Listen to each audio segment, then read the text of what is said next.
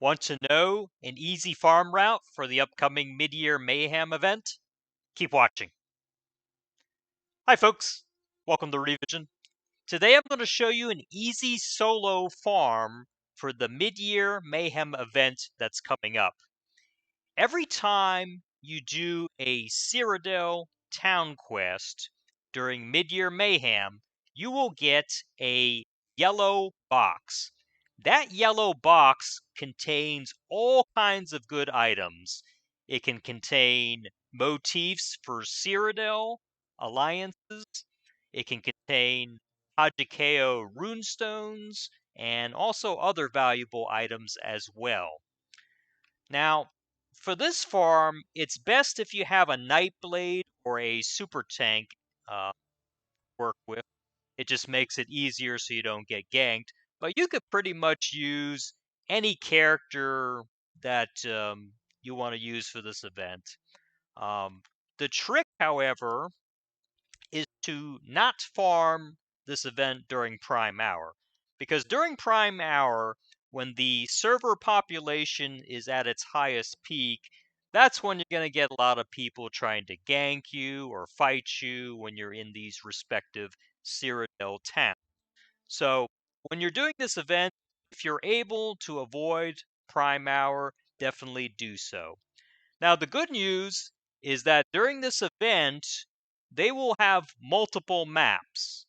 So if one map is packed full of people, you'll want to typically use a map that doesn't have a whole lot of people to do your farming of the respective town quest. Now, the trick is you want to get a map that is dominated by one alliance, and you want to be in that alliance during that specific time period when the map is dominated by the alliance. I will say this, and I'm not favoring one alliance over the other, but the most effective way to do this farm that I'm going to be talking about today is to have an Ebonheart Pack alliance. And the reason for that, and I'm going to bring up the map here, the Ebonheart Pact alliance is the closest to this little town right here. I think it's called Shirondale. I'm not sure what name it was called, but it's a little town that is a neutral town. So you can't take it over or anything like that, but no matter how bad Ebonheart does on the map, it's still the closest to this little town here. So you can see their home fort bases right here, very close in proximity.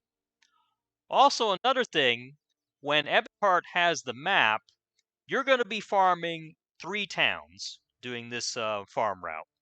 You're going to be farming this little town here, Shirondale, or whatever it's called, Bruma, which is located right here, and Cropsford, which is located right here. Now, the best case scenario, let's say I was playing Ebonheart Pack, is for Ebonheart Pack to own all 3 of these, or at least own Cropsford and Bruma, and have ports in very close proximity to the neutral town right here.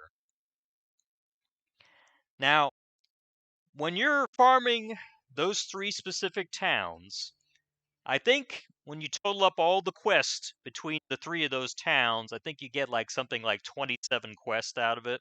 However, each one of those areas, excuse me, you're going to skip one particular quest. Now, when you're in the Bruma area, you want to skip Capstone Cave, simply because it's a longer mission and it takes you outside of the proximity of the town. Most of the town missions from those 3 towns are easy to do because they're all within the town. But Capstone Cave in the Bruma location takes you outside of the town, and it's going to take you a lot longer to do that specific mission. So I always skip that one. Now, it's the same in Cropsford. There's a quest called Seeds of Hope. You want to skip that as well. This way you don't have to waste time just for one quest.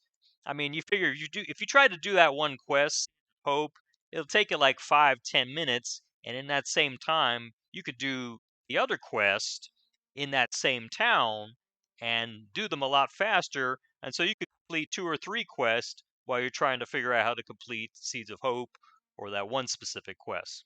So skip Seeds of Hope, Capstone Cave, and the neutral town. I don't know the name off the top of my head, but I do know the mission is called the Eyelid Treasure. Skip that as well because it takes you outside the town vicinity and it's going to take a lot longer to do that quest.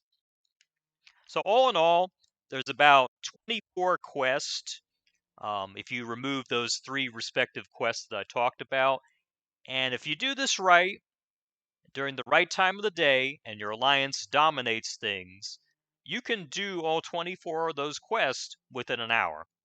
So you're going to get a potential 24 boxes within an hour time period or less if you do this solo.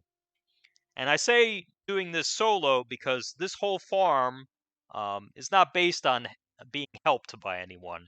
You're going to have to do this on your own if you're doing the respective towns. Now, you can do it with a group, but sometimes, at least from my personal experience, if you're doing the towns with a group, they take a lot longer than if you were to just do it solo. So if you know what you're doing and you go in and out and you have a plan, you will be just fine and you don't have to worry about it. But like I said, the key factors, you want to be in the Ebonheart Pact Alliance. You want the Ebonheart Pact Alliance to dominate both Bruma and Cropsford while having at least a fort near that neutral town I talked about. And you don't want to do it during prime hour because there'll be a lot of people and there'll be a lot of gankers and people trying to fight you. That doesn't mean there won't be gankers, don't get me wrong, but you want to avoid as little PvP contact as possible. This way you can just do the quests, get it done, and get the boxes and get in and out. So this is a good tactic for getting what you need during the Midyear Mayhem. And like I said, the key towns to do, Bruma, Cropsford, and the neutral town on the Ebonheart Pact side. All right, folks. So that concludes this quick and easy farm for the Midyear Mayhem. I hope this video was helpful to you. If you like this video, please hit the like button and become a subscriber. I put out videos on Elder Scrolls Online each and every week, and I'll see you next time.